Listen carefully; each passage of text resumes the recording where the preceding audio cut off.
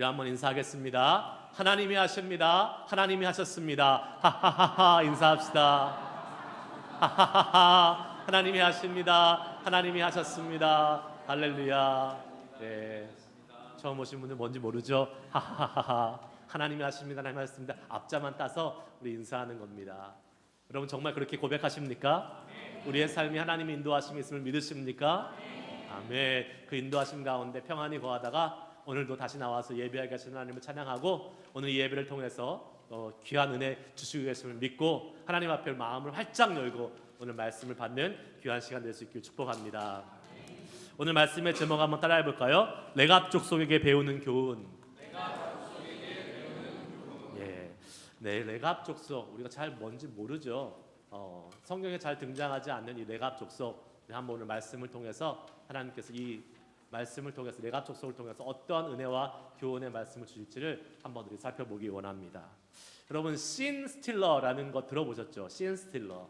예, 우리가 영화나 드라마를 이렇게 보게 되면 주인공이 있는데 주인공이 아닌데 지나가는 엑스트라나 아니면 조연인데요. 어떠한 장면에서 존재감이 확 일어나면서 그 장면을 씹어먹는 사람이 한 명 있습니다. 그 사람들 우리가 뭐라고 얘기해요? 씬 스틸러라고 이야기합니다. 그런 사람들은요 보통 비중이 있는 그 역할이 아니잖아요. 그냥 지나가는 역할입니다. 그런데 그 사람들이 씬 스틸러 역할을 감당할 수 있는 이유는 바로 연기력이 있기 때문에 큰 귀감이 되는 사람들 바로 이 레갑 족속들이었습니다. 그들은 성경에 거의 나오지 않습니다. 그런데 딱 이 예레미야 35장에 나오는데 이 예레미야 35장 전체에 등장하면서 이들의 이야기가 이 예레미야 35장 전체를 다 구성하고 있는 것을 보게 됩니다. 여러분 레갑 족속 익숙하십니까? 어쩌면 오늘 처음 듣는 분도 계실 거예요. 그런데 여러분 아마 이 처음 듣는 이 레갑 족속 어디서 듣도 보도 못한 이 사람들이 오늘 본문에 등장하는데 이 사람들이 오늘 본문 말씀에 등장하는 것은 하나님의 철저한 계획하심 가운데 등장하고 있는 것입니다. 왜 그럴까요? 당시 하나님 앞에서 악을 행하고 죄악을 행하고 있는 이 유다 백성들과 이들의 모습을 대조하면서 말씀에 등장하고 있는 것입니다. 오늘 그들을 통해서 우리에게 주시는 하나님의 교훈을 배우고 또 우리가 그 교훈들을 우리의 삶에 적용할 수 있는 시간이 될 수 있기를 소망합니다. 첫 번째 교훈의 말씀입니다. 우리 한번 따라해 볼까요? 레갑 족속은 자격이 없지만 은혜를 입었습니다. 네. 먼저 우리가 레갑 족속이 어떠한 사람들인지 한번 살펴봐야 될 것 같아요. 레갑 족속은 원래 겐 족속이었습니다. 겐 족속. 이 겐 족속은 모세의 장인 이드로의 후손들이었습니다. 그 말은요, 이 레갑 족속이 원래 이스라엘에 속한 사람들이다 아니다? 아니다라는 것을 의미하는 것입니다. 모세의 장인 이드로는 이스라엘 족속의 사람들이었어요? 아니었어요? 아니었습니다. 광야에서 거했던 사람들이잖아요. 광야에 있었던 사람이에요. 그렇기 때문에 이 레갑 족속은 당연히 이스라엘 백성에 속한 사람들이 아니었어요. 그런데 이 이스라엘 족속이 출애굽에서 광야를 지나갈 때에 이 모세의 장인 이드로가 자연스럽게 그 가족과 함께 이스라엘 백성에 합류를 했겠지요. 여러분 출애굽할 때 이스라엘 백성만 나온 게 아닙니다. 그때에 여러 이방 민족들의 사람들도 같이 섞여서 나와서 이스라엘 백성들 가운데 같이 합류하게 되었다는 것을 우리 성경을 통해서 알 수 있지요. 원래는 이스라엘 백성들이 아니었는데 가나안으로 가는 이스라엘 백성들 가운데 속해서 같이 이동하게 된 거예요. 여러분 이거 얼마나 큰 은혜입니까? 얼마나 큰 은혜예요. 원래는 이스라엘 백성들에게 속해 있지 않았는데 하나님의 백성, 이스라엘 백성에 속하는 엄청난 은혜를 받은 사람들이 바로 레갑 족속이었던 것입니다. 제가 신학교 다닐 때요, 우리 신학생들 사이에서 농담으로 하는 우스갯소리가 있었습니다. 신학생들이 다 똑같은 신학생들이 아니라는 거예요. 계급이 있대요. 신학생들에게도. 그래서 자기의 아버지가 신학생들의 아버지가 장로님이면 신라 시대의 그 계급 제도를 딱 빌려와서 육두품이야 너희들은, 이렇게 얘기했어요. 근데 그 신학생의 아버지가 목사님이면 너는 진골이네, 이렇게 얘기했습니다. 그런데 아이고, 아내까지, 그 신학생의 아내나 그런 사귀고 있는 그런 그 자매의 아버지마저도 목사님이면 아이고 너는 성골이다, 이렇게 이야기를 했었습니다. 그래서 자기들 나름대로 계급을 다 나눴어요. 저는 뭐였을까요? 성골이었죠. 예, 저희 아버지도 또 저희 장인도 다 목회자기 목사님이셨기 때문에 성골의 지위를 획득했습니다. 그런데 여러분, 그 성골이 뭐 중요한 겁니까? 자격이 뭐가 중요한 겁니까? 자격 중요하지 않습니다. 육두품이든 성골이든 진골이든 하나님이 부르신 사람들이에요. 예, 하나님이 부르셨다는 것이 중요하지 사람들의 나눈 그 자격이 중요하지 않다라는 사실이지요. 여러분, 왜 그렇습니까? 우리를 부르신 분이 하나님이시기 때문에 그 자격은 중요하지 않습니다. 아니, 어쩌면 자격 없는 사람들이 부르심을 입었다는 그 자격 없는 사람들이 더 은혜가 충만할 거예요. 여러분, 우리도 마찬가지 아닙니까? 우리도 구원받을 자격이 있는 사람이 어디 있습니까? 다 구원받을 자격 없는 사람들이잖아요. 그렇지만 하나님께서 우리를 구원해 주시고 하나님의 백성에 속하게 하시는 놀라운 은혜를 허락해 주셨습니다. 할렐루야. 그 은혜에 감사하고 감격하며 신앙생활에 나갈 수 있는 우리 모두가 될 수 있기를 축복합니다. 레갑 족속은 가나안 땅에 들어왔을 때예요, 이들이 한 곳에 정착하지 않았다고 성경은 기록하고 있습니다. 그 말은 이들은 돌아다니면서 유목 생활을 했어요.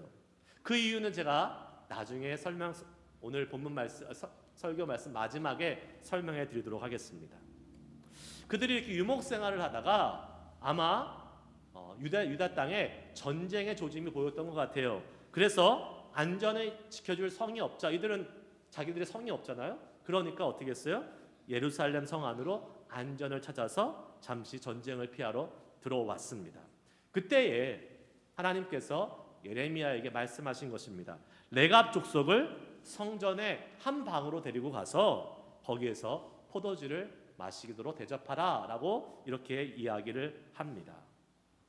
여러분, 유목 생활을 하다가 여기저기 떠돌다가 예루살렘에 잠시 정착하여서 쉬게 되었을 때에 포도주 마시면서 긴장도 풀고 피로도 푸는 것 전혀 이상한 상황 아니었을 것입니다.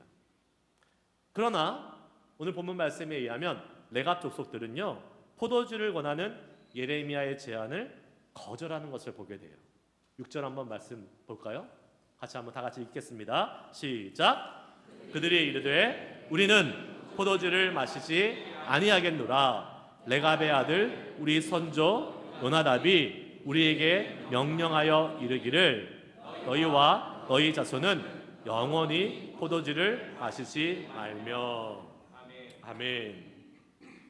그들이 포도주 마시라는 이 예레미야의 권위를 거절하는 이유를 정확하게 알려주고 있습니다. 뭐예요? 바로 그 조상 요나답의 명령이 있었기 때문이다 라고 말씀하고 있습니다. 요나답은요, 여호나답이라는 이름으로 불렸던 사람이었습니다.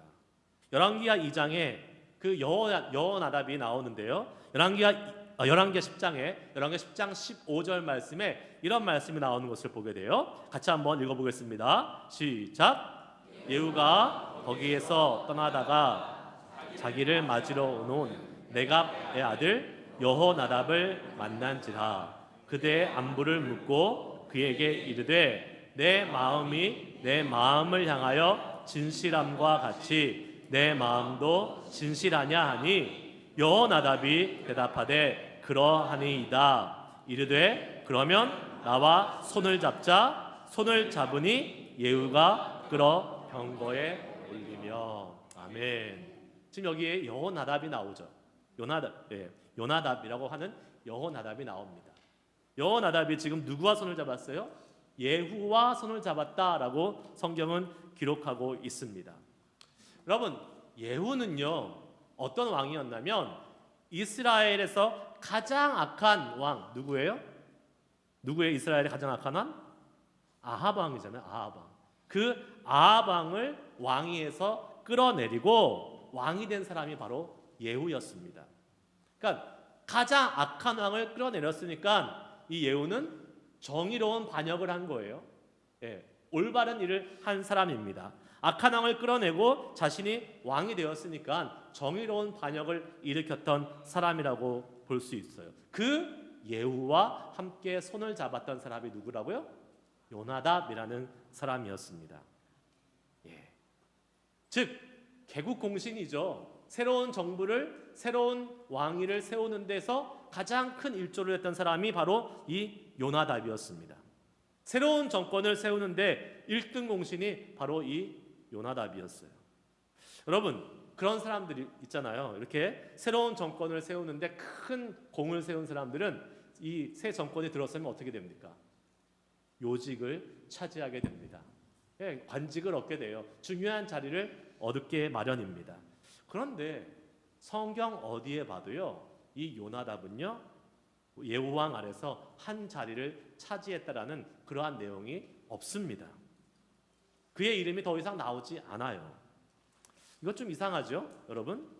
그런데 요나답이 이렇게 성경에서 사라진 분명한 이유는 신앙적인 이유였을 것이다 라고 성경학자들이 많이 추론하고 있습니다. 왜냐하면요, 예후라는 왕도 시간이 지나면서 점점점 악한 왕으로 변질되어 갔기 때문에 그렇습니다. 요나답은요, 왜 이스라엘이 자꾸 신앙을 변절하면서 바알에게 마음을 빼앗기는지 고민했던 것 같아요. 그리고 그 원인을 어디서 찾았냐면 가나안 땅에서 찾았습니다. 가나안 땅. 가나안 땅에서 농사를 짓게 되면서 물질적으로 풍요하게 되니까 점점점 하나님을 멀리하고 세속화하는 것을 깨닫게 된 것이. 그래서 그 세속화를 막기 위해서 요나답은 후손들에게 가나안의 문화를 따르지 말 것을 명령합니다. 그리고 요나답의 후손 레갑 족속들은 그 요나답의 명령을 신실하게 지켜온 것이, 무려 250년이라는 세월이 지났음에도 불구하고 계속해서 그 약속을 지금 지키고 있는 것을 보게 됩니다. 여러분, 무려 250년이 지금 지난 세월이 지났어요. 한 세대가 30년 정도라고 치면 벌써 8세대, 9세대 정도가 지났음에도 불구하고 그들은 계속 그 요나답의 전통, 가나안의 문화를 본받지 말고 하나님 앞에 신실하게 살아갈 것을 이들은 지켜오고 있었던 것입니다. 여러분, 이거 정말 대단한 일이 아닐 수 없는 것이죠. 어떻게 그런 일이 가능했을까? 우리는 그들이 지켜왔던 거룩한 신앙의 전통에서 우리는 그 힌트를 아마 찾아볼 수 있을 것입니다. 오늘 두 번째 교훈입니다. 한번 따라해 볼까요? 레갑 족속은 최선의 것을 선택했습니다. 여러 가지 선택의 그러한 상황 앞에서 자기들이 이것과 저것과 여러 가지 선택을 할 수 있는 상황이 있었음에도 불구하고 타협하지 않고 하나님께 최선에 되는 것을 선택했던 것을 우리는 알 수 있어요. 다시 한번 6절 말씀을 한번 읽어보겠습니다. 같이 읽습니다. 시작. 그들이 이르되 우리는 포도주를 마시지 아니하겠노라. 레갑의 아들 우리 선조 요나답이 우리에게 명령하여 이르기를 너희와 너희 자손은 영원히 포도주를 마시지 말며. 아멘. 포도주를 마시지 않는다는 것은 무엇을 의미합니까? 여러분, 당시에 포도주 마시는 것이 죄였습니까? 아니었습니까? 아니었습니다. 당시에 이스라엘 문화에서, 유다 문화에서는 포도주가 자연스러운 음료수였어요. 포도주 마시는 것 죄도 아니고 또 금지해야 될 것도 아니었습니다. 그런데 우리는 성경을 통해서 잘 알고 있죠. 포도주를 안 마시는 사람들이 있었습니다. 누구였어요? 나시린들을 안 마셨어요. 거룩한 하나님의 사람들은 포도주조차도 마시지 않았다라는 것입니다. 무엇을 의미할까요, 여러분? 우리가요, 해도 되고 하지 말아도 되는 일이 있을 때에 그 두 사이에서 선택을 해야 된다는 겁니다. 할 수도 있고 안 할 수도 있어요. 근데 그 사이에서 우리는 하나님 앞에서 가장 최선의 것이 무엇인지를 선택하며 나아가는 사람들이 되어야 된다는 것이죠. 제가 예전에 오래전에 이제 찬양팀에서 리더로 섬길 때에 찬양팀 복장 때문에 논쟁이 생긴 적이 한 번 있었다고 말씀드린 적이 있죠. 복장. 예. 제가 어느 날 딱 찬양하러 섰는데 그 찬양 싱어 자매 중에 한 명이 반바지에 나시를 입고 왔었어요. 네. 그래서 제가 이야기했습니다. 제가 이렇게 무섭게 얘기한 게 아니라 아주 조심스럽고 정중하게 자매님, 찬양팀은 앞에 서는 사람이니까 가능하면 나시 안 입고 반바지 안 입고 이렇게 살이 드러나지 않는 옷을 입고 와서 찬양했으면 좋겠습니다 라고 이렇게 이야기했어요. 잘한 거예요? 잘못한 거예요? 설득이 되는 말입니까? 안 되는 말입니까? 되는 말이죠. 그런데 그 자매님은 잘 받아들였는데 그 옆에 있던 한 형제가 제 말에 이렇게 반기를 좀 들었습니다.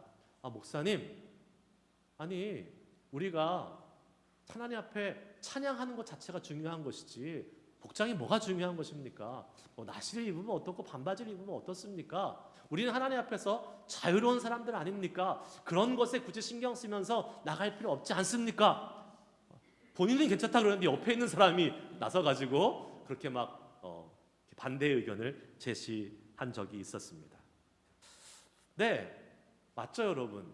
우리가 어떤 옷을 입느냐 그거 그렇게 중요한 일은 아닐 것 같습니다. 그런데 이 옷을 입을 수도 있고 저 옷을 입을 수도 있지만 어떤 것이 하나님 앞에서 최선인지를 생각해 봐야 될 것이죠. 우리가 여러 가지 선택의 옵션이 있을 때에 그것을 통해서 어떠한 선택을 하느냐에 따라서 가장 하나님께 영광이 되고 가장 하나님께 기쁨이 되는 것이가 무엇인지를 우리는 깨달아 알아야 된다는 것입니다.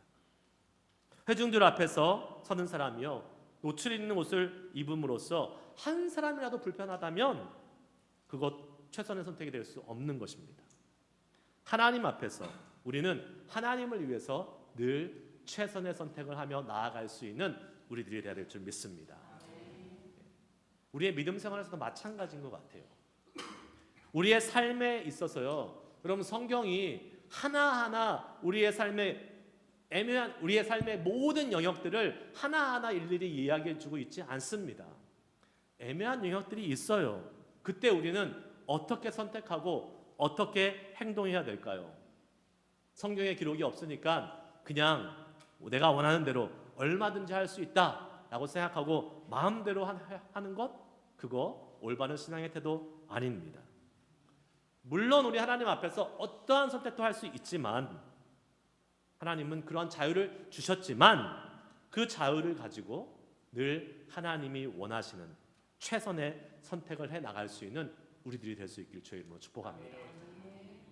고린도전서 10장 23절 말씀 한번 읽어볼까요? 시작. 모든 것이 가하나 모든 것이 유익한 것이 아니요 모든 것이 가하나 모든 것이 덕을 세우는 것이 아니니. 아멘. 그렇습니다 여러분. 모든 것이 가능하나 우리에게 필요한 것은 뭐예요? 하나님께 최선이 되는 선택을 해서 모두에게 유익하고 모두에게 덕을 세우는 모습으로 나아가야 된다는 것이죠. 하나님이 우리에게 최선의 것을 주셨기 때문에 그렇습니다. 우리가 왜 그 최선의 것을 하나님 앞에 최선의 것을 선택해야 되느냐? 하나님이 우리에게 최선의 것을 주셨기 때문에 그래요. 그 최선의 것이 무엇입니까? 바로 예수 그리스도십니다. 하나님께서 단 하나뿐인 독생자 예수 그리스도를 우리를 구원하기 위하여 이 땅에 보내주셨고 십자가에서 죽기까지 희생하도록 하셨다는 사실을 우리는 잘 알고 있습니다. 하나님이 우리에게 가장 소중한 것, 가장 최선의 것을 주셨는데 우리가 어떻게 우리의 최선의 것을 드리지 않는단 말입니까? 우리가 살면서 어떤 선택을 하든지 세상의 것과 타협하지 말고 하나님께 가장 최선의 것을 생각하며 그분께 최선의 것을 선택하며 드리며 나아갈 수 있는 우리 모두가 될 수 있길 축복합니다. 세 번째, 우리 한번 따라해 볼까요? 레갑 족속은 소유의 욕심을 버렸습니다.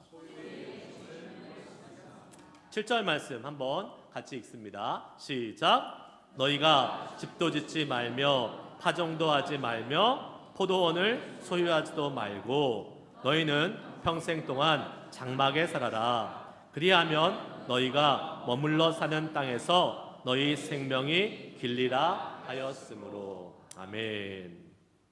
레갑 족속은요, 포도원 소유하지 않았다라고 말하고 있습니다. 파종도 하지 아니했고요, 집도 갖지 않았고 포도원도 갖지 아니했다라고 말하고 있습니다. 포도원 소유하지 않았다는 말은 무엇이에요? 농사 짓지 않았다는 것을 의미합니다. 여러분, 농사의 목적이 무엇입니까? 목적이 뭐예요? 많은 소출을 얻는 것이죠. 곡식을 잘 키워서 많은 소출을 얻는 것이 농사의 목적입니다. 그런데 고대의 농사, 특별히 이 가나안 지역의 농사는 풍요와 다산의 상징인 이 바알의 신앙과 아주 밀접하게 연결이 되어 있었습니다. 많은 소출을 맺는 풍년을 위해서 바알에게 제사 지내는 문화로부터 자유로울 수 없게 되는 거예요. 그 풍요와 다산의 바알 신앙으로부터 자유롭고자 이 레갑 족속 그들은 유목의 삶을 택했던 것이 아닐까 싶습니다. 여러분, 이 풍요와 다산의 상징인 이 바알 신앙이요, 오늘날 우리도 모르는 사이에 우리의 삶 가운데 밀접하게 들어와 있다는 사실을 우리는 명심해야 될 것입니다. 심지어 우리 크리스찬들에게도 마찬가지입니다. 여러분, 우리 크리스찬들은요, 하나님의 복, 축복이라는 명목으로 하나님으로부터 많은 것을, 특별히 물질적으로 많은 풍요를 누리는 것이 신앙생활의 목적인 것처럼 생각하고 강조해온 적이 과거에 많이 있었습니다. 하나님은 내가 원하시는 건 무엇인지 다 주셔야 돼 라고 생각하는 경우들이 많이 있었어요. 그것도 내가 원하는 때, 내가 원하는 방식으로 주셔야 된다라고 생각을 합니다. 그런데 그렇게 기도했는데 내가 기도한 대로, 내가 원하는 대로 이루어지지 않으면 어떻게 합니까? 실망하고 낙심하고 또 하나님을 원망하기도 합니다. 그런 걸 세상 말로 뭐라 그래요? 원맨쇼 하는 거죠. 원맨쇼. 혼자 쇼를 하는 겁니다. 내가 구했다가 얻어지지 않으면 실망했다가, 또 구했다가 얻어지지 않으면 원망했다가. 하나님은 우리가 원할 때, 우리가 원하는 대로, 우리가 원하시는 것을 우리에게 갖다 바쳐주시는 분이 아니십니다. 아멘이세요? 네. 어떤 목사님이 그런 하나님을 믿는 사람들을 이렇게 얘기했어요. 그런 사람들이 믿는 하나님은 전능한 종, 하나님을 전능한 종으로 믿고 있는 것과 같다라고 하시면서 안타까워 여기면서 말씀하시는 것을 들었어요. 마치 그것과 비슷하지 않습니까? 여러분, 신바트의 모험에 램프의 지니, 여러분 아세요? 램프의 요정 지니가 있어요. 신바트가 램프를 이렇게 문지르면 그때 지니가 딱 나와서 주인님 뭘 도와드릴까요? 뭘 이루어드릴까요? 하면서 주인의 소원을 이루어주는 존재가 바로 램프의 지니입니다. 혹시 우리도 하나님을 모든 것을 나를 위해 해주시는 전능한 종이라고 여기고 있지는 않는지 한번 잘 생각해 보시길 바랍니다. 우리가 하나님을 믿는 것은 하나님으로부터 많은 것 얻어내기 위함이 아닙니다. 오히려 그 반대가 되어야 될 줄 믿습니다. 뭐예요? 우리가 예수님을 알아가고 주님을 알아갈수록, 하나님을 알아갈수록 우리 안에 있었던 많은 욕심들을 오히려 내려놓는 그러한 사람들이 성숙한 그리스도인 줄 믿습니다. 내가 가지려고 하는 욕심을 버리고 하나님이 주신 것에 만족하며 감사할 수 있는 우리가 되어야 될 줄 믿습니다. 골로새서 3장 5절 말씀에 이런 말씀이 있지요. 한번 읽습니다. 시작. 그러므로 땅에 있는 지체를 죽이라. 곧 음란과 부정과 사욕과 악한 정욕과 탐심이니 탐심은 우상 숭배니라. 아멘. 탐심은 우상 숭배. 우리 어제 말씀 들은 것처럼 하나님이 가장 싫어하는 죄, 우상 숭배, 탐심, 욕심, 주님 안에서 내려놓을 수 있는 우리가 될 줄 믿습니다. 이제 말씀을 정리하려고 그래요. 여러분, 우리는요 자격 없는 자들임에도 불구하고 구원받은 은혜를 누린 자들입니다. 레갑 족속도 이스라엘 백성들의 들어갈 수 없는 자들이었잖아요. 그런데 이스라엘 백성들에게 들어가는 그러한 은혜를 가지고 타협하지 않는 삶, 최선의 것 선택했습니다. 그리고 그들은 소유의 욕심을 다 버렸어요. 가지려고 하는 집, 포도원 다 내려놓았습니다. 그들이 이렇게 할 수 있었던 근본적인 이유가 무엇이었을까요? 7절 말씀 다시 한번 읽어보겠습니다. 같이 읽습니다. 시작. 너희가 집도 짓지 말며 화정도 하지 말며 포도원을 소유하지도 말고 너희는 평생 동안 장막에 살아라. 그리하면 너희가 머물러 사는 땅에서 너희 생명이 길리라 하였으므로. 아멘. 집 소유하지 않고 화종하지도 않고 포도원 소유하지도 않고 유목민으로 살아갔다라고 우리는 알 수 있는 것이죠. 유목민으로 산다는 것은 무엇입니까? 내가 중요하게 생각하고 지켜야 하는 삶의 터전을 갖지 않는다는 것을 의미해요. 어떻게 그럴 수 있었을까? 여러분, 집 소중하잖아요. 중요하지 않습니까? 아무리 호텔이 좋아도요, 호텔 며칠 있으면 집에 가고 싶잖아요. 집보다 편한 데가 어디 있습니까? 그래서 그런지 우리는 집에다가 참 많은 것을 투자하잖아요. 집에 대해서 관심도 많지요. 그러다 보니까 집이, 삶의 터전이 우상이 되는 경우들이 참 많이 있습니다. 그러나 우리가 기억해야 될 것이 있습니다. 우리의 영원한 집은 이 땅의 집이 아니라는 사실입니다. 이 땅에서의 집은 기껏해야 몇십 년 살면 끝나요. 그러나 우리에게는 뭐가 있어요? 영원한 집이 있습니다. 뭐예요? 천국. 영원한 집이 우리에게 있습니다. 할렐루야. 하늘나라 천국이 우리의 영원한 집인 줄 믿습니다. 여러분, 우리는 이 땅의 집을 위해서도요 많은 것을 투자합니다. 고장난 것 있으면 수리도 해야 되고요, 페인트 칠도 다시 하고요, 지붕도 갈고요, 리모델링도 때 시간 맞춰서 하고요. 그런데 과연 우리는 영원한 하늘나라의 집을 위해서 얼마나 투자하고 계십니까? 사도 바울이 이렇게 말하잖아요. 빌립보서 3장 20절에 그러나 우리의 시민권은 하늘에 있는지라 거기로부터 구원하는 자 곧 주 예수 그리스도를 기다리노니. 아멘.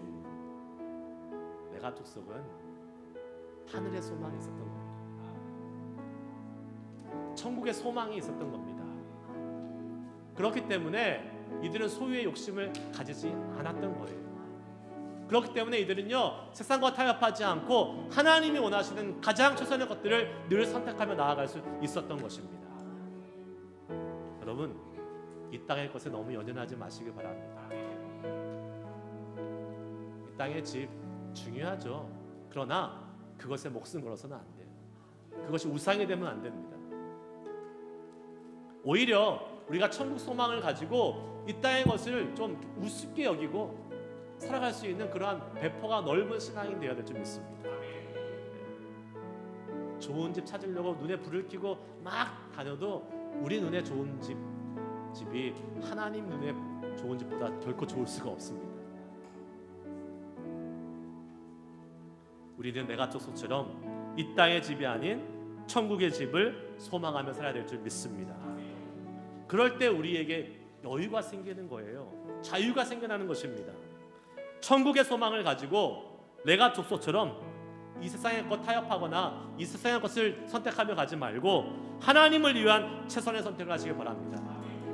천국의 소망을 가지고 욕심 다 내려놓고 오히려 주님이 주신 것에 만족하고 감사하고 살아갈 수 있는 우리 모두가 될 수 있기를 주의 이름으로 축복합니다. 우리 함께 찬양하시고 말씀에 결단하며 기도하는 시간으로 하겠습니다. 오늘 말씀 기억하시면서 하나님, 우리가 주님 곁으로 나아가서 하나님이 원하시는 선택하고 또 하나님이 원하시는 천국의 소망을 가지고 이 땅의 것에 연연하지 않고 살아갈 수 있는 믿음의 사람들 되기를 소망합니다. 주님의 뜻을 알게 하시고 주님께 가까이 갈 수 있는 우리 삶으로 이끌어 주시옵소서. 소망하며 찬양하고 기도하도록 하겠습니다. 주님 곁으로 나를 이끄소서.